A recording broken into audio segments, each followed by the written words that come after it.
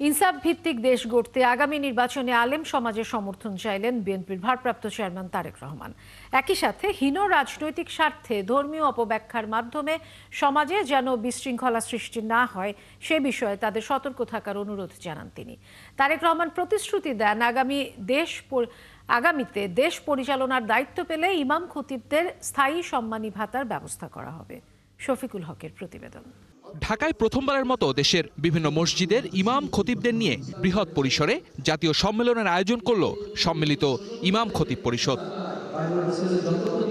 বাংলাদেশ চীন মৈত্রী সম্মেলন কেন্দ্রে আয়োজিত এই সম্মেলনে ইমাম খতিবদের দ্বীনি দায়িত্ব স্বাধীনভাবে পালন, তাদের মর্যাদা প্রতিষ্ঠা সহ 7 দফা দাবি তুলে ধরা হয়। প্রাণের দাবি বাস্তবায়ন না করে এড়িয়ে যাওয়া হচ্ছে, তাহলে মনে করব এদের পরিবর্তন হবে না, নতুন করে বিপ্লব ঘটিয়ে পরিবর্তন ঘটাইতে হবে। অনুষ্ঠানে লন্ডন থেকে ভার্চুয়ালি যুক্ত হয়ে বক্তব্য রাখেন বিএনপির ভারপ্রাপ্ত chairman Tarek Rahman. Service rule প্রণয়নের ব্যাপারে অগ্রাধিকার ভিত্তিতে বাস্তবায়নের উদ্যোগ বিএনপি সরকার গ্রহণ করবে ইনশাআল্লাহ। আগামীতে বিএনপি রাষ্ট্র ক্ষমতায় গেলে ইমাম খতিবদের যৌক্তিক দাবি বাস্তবায়নের উদ্যোগ গ্রহণ করার কথা জানান তিনি। বিএনপি রাষ্ট্র পরিচালনার সুযোগ পেলে ইমাম মুয়াজ্জিনদেরকে সম্মানী ভাতা দেওয়ার পরিকল্পনা পর্যায়ক্রমে ইনশাআল্লাহ আমরা বাস্তবায়ন করব। হীন স্বার্থে ধর্মীয় অপব্যাখ্যা সমাজে বিশৃঙ্খলা তৈরি করতে পারে বলে আলেম সমাজকে সতর্ক করেন তারেক রহমান।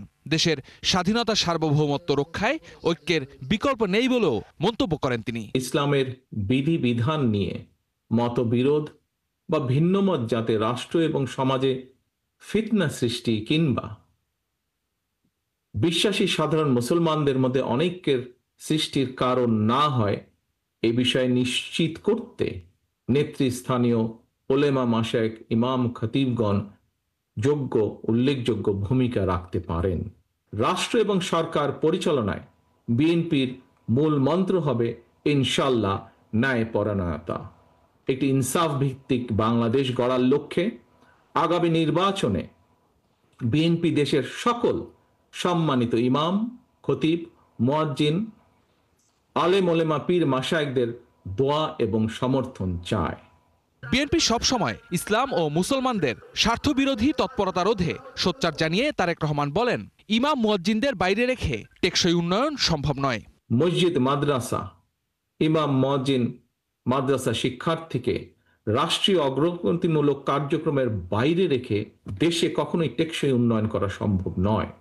শফিকুল হক, ৭১, ঢাকা।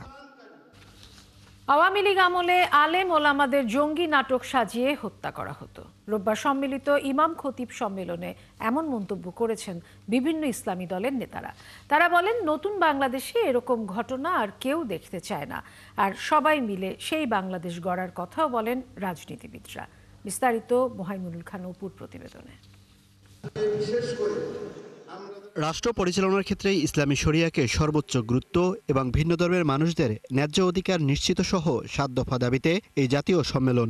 এতে সারা দেশ থেকে ইমাম খতিবরা যোগ দেন। ইসলামপন্থীদের উপরে আর কোন শক্তি ভবিষ্যতে জুলুম করার সুযোগ না পায়। আমরা যদি একটা সৎ, দক্ষ এবং ভালো নাগরিক গড়ে তুলতে চাই, তাহলে সেক্ষেত্রে মসজিদগুলোকে আমাদের অন করতে হবে। আমি বিশ্বাস করি আগামী বাংলাদেশে সেটি হবে। বিভিন্ন ইসলামী দলের নেতারা বলেন, আলেম ওলামাদের জঙ্গি নাটক সাজিয়ে হত্যা, গ্রেপ্তার যেন আর এদেশে না হয়। অতীতে আমরা দেখেছি জঙ্গি নাটক সাজায়ে ইমামকে, খতিবকে, মুয়াজ্জিনকে গ্রেফতার করা হয়েছে। সামনে জঙ্গি নাটক আর দেখতে চায় না বাংলার মানুষ। সম্মেলনে ইমাম খতিবদের বেতন বাড়ানোরও দাবি করেন অনেকে। ইমাম মুয়াজ্জিনদের বেতন বাংলাদেশের মতো একটা মুসলিম কান্ট্রিতে রাষ্ট্রীয় কোষাগার থেকে দেওয়া উচিত। আওয়ামী লীগ ইসলাম বিরোধী রাজনীতি করেছে, আওয়ামী লীগ ভারতের দালালি করেছে। আমরা এবার কারো দালালি নয়, নিজেদের স্বাধীনতা সার্বভৌমত্ব রক্ষায় নিজেদের পায়ে বাংলাদেশ গড়ে তুলব। নতুন বাংলাদেশে সবাই একসাথে থাকবে বলেও আশাবাদ জ্যেষ্ঠ রাজনীতিবিদদের। ফ্যাসিবাদী অবৈধ সরকার ছিল, তারা দাড়ি টুপির বিরুদ্ধে ছিল, তারা আলেম বিদ্বেষী ছিল, তারা যে কাউকে ধরে নিয়ে এসে জঙ্গি বানানোর নাটক করত। সেই বাংলাদেশটা এখন নাই।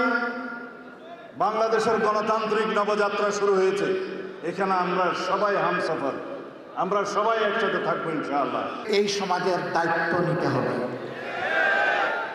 নামাজের ইমাম যেদিন সমাজের ইমাম হবেন সেই দিনে ইনশাআল্লাহ আমরা সত্যিকারের মুক্তি পাবো ইনশাআল্লাহ। আলেম সমাজকে সম্মান দিতে সবাই এক থাকবেন বলেও আশ্বাস দেন নেতারা।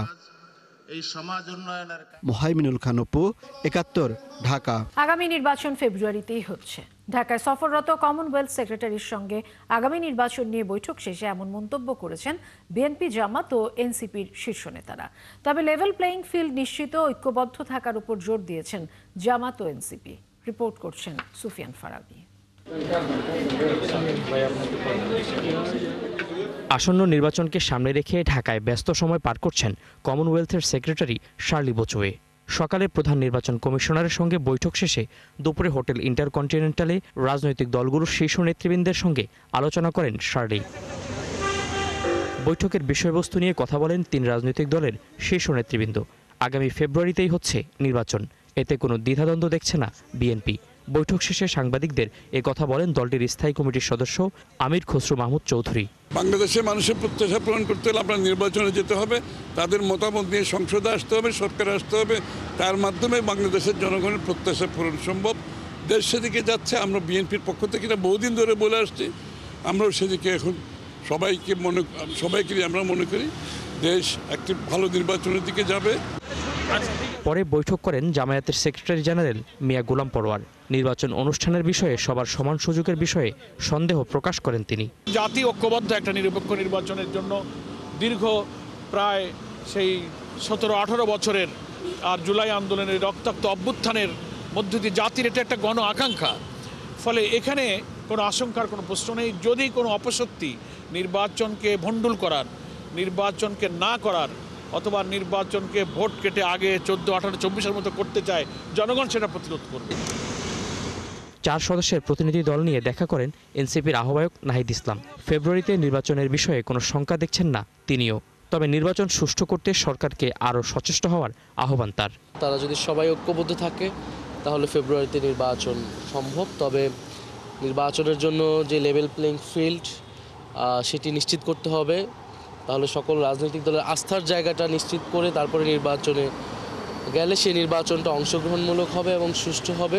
রাজনৈতিক দলগুলোর নেতাদের সঙ্গে সাক্ষাতে সফররত কমনওয়েলথ সেক্রেটারি শার্লি বোচোয়ে আসন্ন নির্বাচনে জনগণের বিজয় দেখতে চান বলে জানান দলগুলোর নেতারা। সুফিয়ান ফারাবি, ৭১, ঢাকা। কোনো আসন না পেলেও এনসিপি তার আদর্শ, নীতি ও লক্ষ্যে অটুট থাকবে। কোনো ধরনের ক্ষমতা কিংবা আসনের জন্য তারা কারো সাথে সমঝোতা করবে না। রোববার এনসিপির মনোনয়ন প্রত্যাশীদের সাক্ষাৎকার অনুষ্ঠানে দলটির আহ্বায়ক নাহিদ ইসলাম কথা বলেন। দলটির মুখ্য সমন্বয়ক নাসিরউদ্দিন পাটোয়ারির অভিযোগ, নির্বাচনী প্রচারণায় লেভেল প্লেইং ফিল্ড দেখা যাচ্ছে না। রাশেদ আনিসের প্রতিবেদন। চলছে এনসিপির মনোনয়ন প্রত্যাশীদের সাক্ষাৎকার। প্রার্থীদের একের পর এক প্রশ্ন করছেন এনসিপি আহ্বায়ক সহ অন্যান্য শীর্ষ নেতারা। 23 ও 24 নভেম্বর চলবে এই সাক্ষাৎকার পর্ব। এরপর ঘোষণা হবে এনসিপির প্রাথমিক প্রার্থী তালিকা। 6 নভেম্বর থেকে 20 নভেম্বর পর্যন্ত চলে এনসিপির মনোনয়ন ফর্ম বিক্রি। 1484 জন কিনেছেন এনসিপির মনোনয়ন ফর্ম। অনলাইনে 723 জন ও অফলাইনে কিনেছেন 761 জন। কি প্রশ্ন করা হচ্ছে এনসিপির মনোনয়ন প্রত্যাশীদের? ইন্টারভিউ বোর্ডে আমাকে যেটা প্রশ্ন করলেন, কেন নির্বাচন করতে চাই, এনসিপিতে কেন আসলাম, আমার এলাকাতে আমার সম্ভাবনা কতটুকু, বাংলাদেশ গড়ার জন্য নতুনভাবে কিভাবে আমরা বাংলাদেশ গড়ব, এই নিয়ে আমাকে প্রশ্ন করেছে। এনসিপিতে সবাই যারা আছেন তারা সবাই তরুণ উদ্যোক্তা, যারা লিডিং পাওয়ার আছেন, এই আলোকেই আমি এনসিপিতে সম্পৃক্ত হয়েছি। দলটির শীর্ষ নেতারা বলছেন এনসিপি এখন নির্বাচনের পথে হাঁটছে, তবে নির্বাচনের লেভেল প্লেইং ফিল্ড এখনো ঠিক হয়নি বলে অভিযোগ তাদের।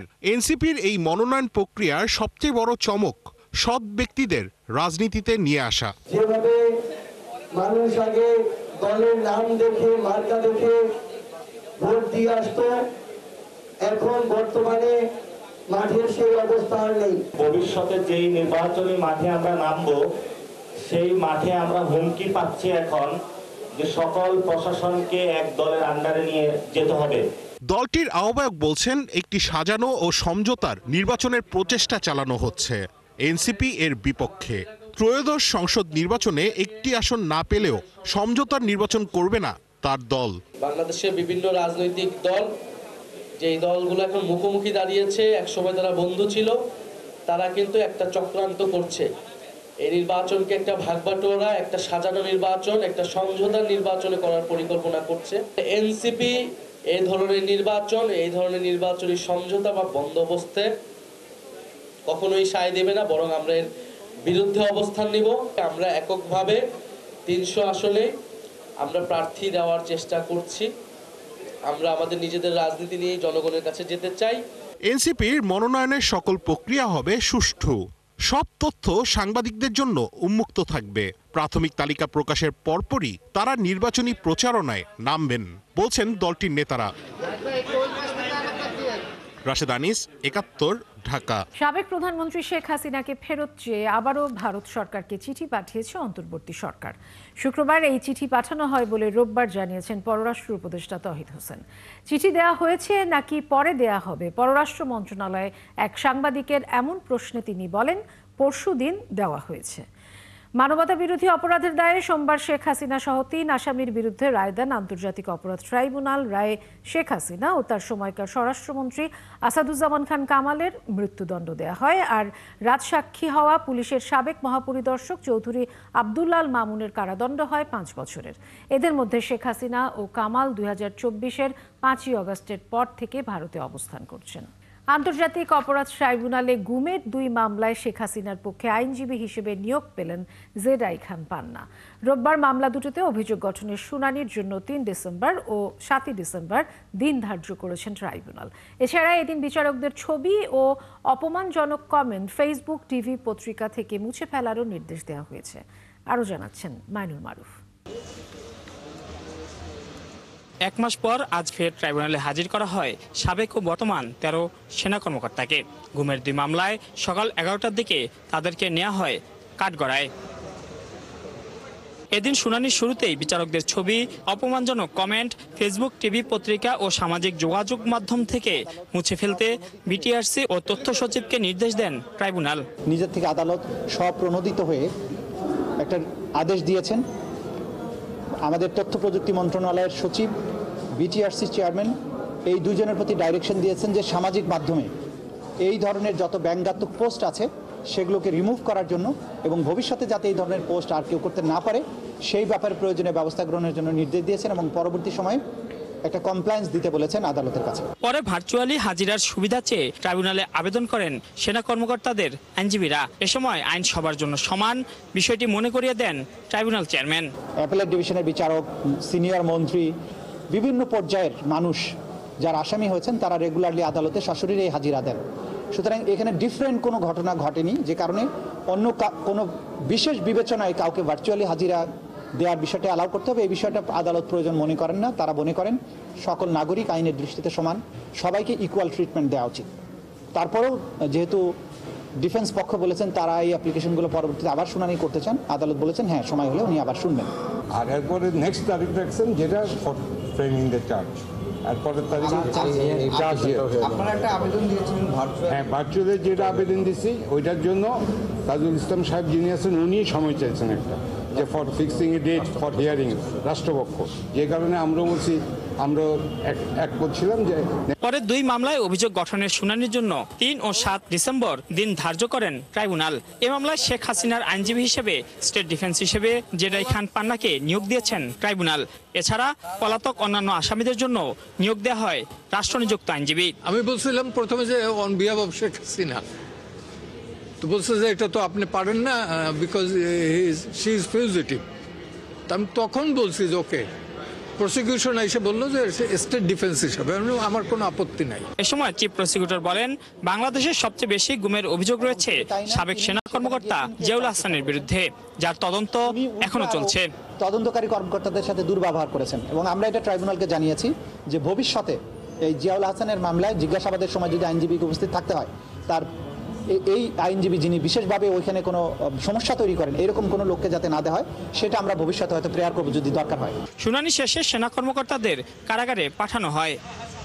মাইনুল মারুফ, ৭১, ঢাকা। ভুটানের সাথে বাণিজ্য সম্পর্ক গড়তে ও বিনিয়োগ করতে মেঘনা গ্রুপ অব ইন্ডাস্ট্রিজকে আহ্বান জানিয়েছেন সফররত দেশটির প্রধানমন্ত্রী শেরিং তোবগে।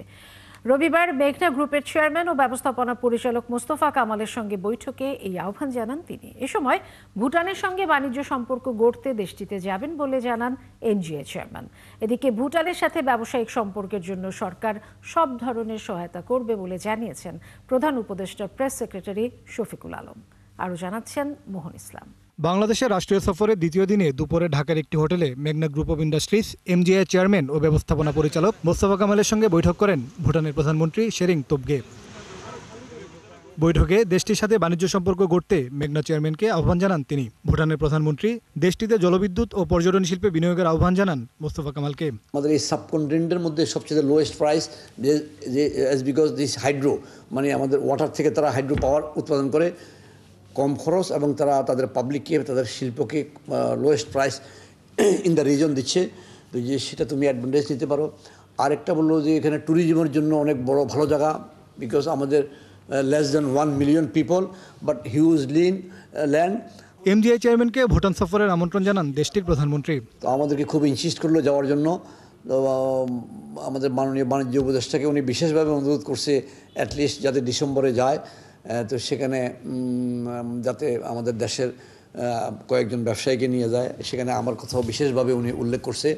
তো বললো যে এগুলো অপরচুনিটি আছে, কারণ ওদের দেশের 70% উনি বললো যে ফরেস্ট, তো সেখানে এত বড় ফরেস্ট। আমাদের বাণিজ্য উপদেষ্টা সেখানে বললো যে ওনার তো পেপার মিল আছে বাংলাদেশে, অনেক পেপার, আমরা পাল্পটা শতভাগ ইম্পোর্ট করে নিয়ে আসি, তো সেখানে যদি কোনো পাল্প করে আমরা তৈরি করে বাংলাদেশে আনতে পারি, এটাও একটা বিশাল ভ্যালু অ্যাড। ভুটানের সাথে ব্যবসায়িক সম্পর্কের মাধ্যমে দেশের উন্নতি হতে পারে বলে জানান শিল্পগোষ্ঠী মেঘনার চেয়ারম্যান। আমাদের র মেটেরিয়ালটার একটা নিশ্চিত সাপ্লাই পেলাম, পাশাপাশি ভুটান উপকৃত হলো, বাংলাদেশ আরও বেশি উপকৃত হলো। ওদের দেশে খুব লোক সংখ্যা কম, আমাদের দেশ থেকে লোক নিয়ে ফ্যাক্টরি চালানো যাবে। ইভেন ট্যুরিজম সম্বন্ধ বললো, ট্যুরিজমও যদি কিছু করা যায়। ভুটানের সাথে বাণিজ্য সম্প্রসারণে ব্যবসায়ীদের সব ধরনের সহযোগিতার আশ্বাস সরকারের। ভুটানের সাথে আমাদের বাণিজ্যিক সম্পর্ক জোরদার হোক, নতুন উচ্চতায় উঠুক, সেই অনুযায়ী যতটুকু যে কাজটুকু মানে যে ফ্যাসিলিটেশনের কাজ যেটা গভর্নমেন্টের করার দরকার সেটা আমরা করব। ভুটানের প্রধানমন্ত্রীর এই সফরের মধ্য দিয়ে দুই দেশের ব্যবসায়িক সম্পর্ক বাড়বে বলেও আশা শফিকুল আলমের। মোহন ইসলাম, ৭১, ঢাকা। আসাদুজ্জামান হিরু সবার কাছে পরিচিত ছিলেন আওয়ামী লীগের সাধারণ সম্পাদক ওবায়দুল কাদেরের পালিত পুত্র। কাদেরের প্রভাব খাটিয়ে চোরাচালান, হুন্ডি ব্যবসা সহ বিভিন্ন দুর্নীতির অভিযোগ উঠেছে তার বিরুদ্ধে। এবার হিরুর বিরুদ্ধে অনুসন্ধান শুরু করেছে দুদক। এদিকে সাবেক আইজিপি নূর মোহাম্মদের সম্পদ জব্দ করতে বিভিন্ন দপ্তরে চিঠি দিয়েছে সংস্থাটি। জেমসন মাহবুবের প্রতিবেদন। পালাবো না, কোথায় পালাবো? পালাবো না, প্রয়োজনে ফখরুল সাহেবের বাসায় গিয়ে উঠবো। কার্যক্রম নিষিদ্ধ আওয়ামী লীগের সাধারণ সম্পাদক ওবায়দুল কাদের। রাষ্ট্রীয় ও দলীয় ক্ষমতায় থাকা ওবায়দুল কাদেরের পালিত পুত্র ছিলেন আসাদুজ্জামান হিরো। কাদেরের ক্ষমতার প্রভাবে বাগিয়ে নেন গুলশান ডিএনসিসি মার্কেটের সভাপতি পদ।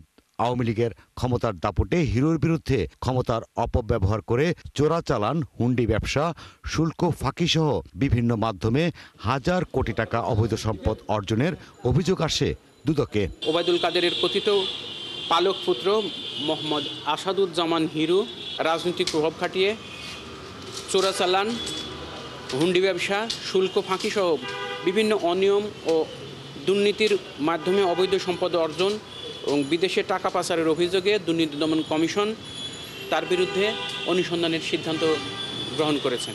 এদিকে সাবেক পুলিশ প্রধান নূর মোহাম্মদ ও তার স্ত্রীর নামে বেনামে থাকা দেশের সম্পদ জব্দ করতে বিভিন্ন দপ্তরে চিঠি দিয়েছে দুদক। তার বিরুদ্ধে চলতি বছরের জুনে প্রায় 16.5 কোটি টাকা সন্দেহজনক লেনদেন ও 2.30 কোটি টাকা অবৈধ সম্পদ অর্জনের অভিযোগে মামলা করে সংস্থাটি। তার সম্পদ যেগুলো জব্দ হয়েছে সেই অনুযায়ী সাব রেজিস্ট্রি অফিস সহ যেখানে যেখানে সম্পদ থাকার তথ্য পাওয়া গেছে সেইগুলোতে জব্দের পত্র প্রেরণ করেছেন। এদিন সাবেক মন্ত্রী পরিষদ সচিব কবির বিন আনোয়ারের অবৈধ সম্পদের খোঁজে তার 2 বোন সহ ভগ্নিপতির সম্পদ বিবরণী চেয়ে নোটিশ জারি করেছে দুর্নীতি দমন কমিশন। জেমসন মাহবুব, ৭১, ঢাকা। শুক্রবারের ভূমিকম্পে ধাক্কা খেয়ে বেশ উদ্বিগ্ন নগরবাসী। টানা 2 দিনে এই দুর্যোগের কারণে জীবনযাপন নিয়েও চিন্তিত তারা। রাজধানী ঢাকা বসবাসের জন্য আরও বেশি ঝুঁকিপূর্ণ বলে মনে করছেন নগর পরিকল্পনাবিদ ও বিশ্লেষকরা। বলছেন কোন ভবনের কি অবস্থা তা দ্রুত চিহ্নিত করতে হবে। একই সঙ্গে ভূমিকম্প হলে করণীয় নিয়ে সচেতনতা বাড়ানোর পরামর্শ তাদের। আরও জানাচ্ছেন সৈকত সাদিক। রিক্টার স্কেলে 5.7 মাত্রার ভূমিকম্পে শুক্রবার সকালে হঠাৎ করেই রাজধানী ঢাকা ও এর আশেপাশের এলাকা বেশ কেঁপে ওঠে। 4 দশকে এমন তীব্র ভূমিকম্প দেখেনি বাংলাদেশ। পরের দিনের ভূমিকম্পের উৎপত্তি স্থল হিসেবে মহানগরীর বাড্ডাকে চিহ্নিত করেছে আবহাওয়া অধিদপ্তর। যদিও এর সাথে একমত নন গবেষকরা। উৎপত্তি স্থল যেখানে হোক না কেন 2 দিনের ভূমিকম্পে নগরের অন্যান্য এলাকার মতো বাড্ডাবাসীও বেশ উদ্বিগ্ন। এটা একটা যে সাউন্ড, একটা বিকট সাউন্ড আর একটা অন্য রকমের একটা সাউন্ড ছিল, যে সাউন্ডটা সাধারণত আমরা অন্য জায়গায় শুনতে পাই না, এটা বুঝতেও পারি না।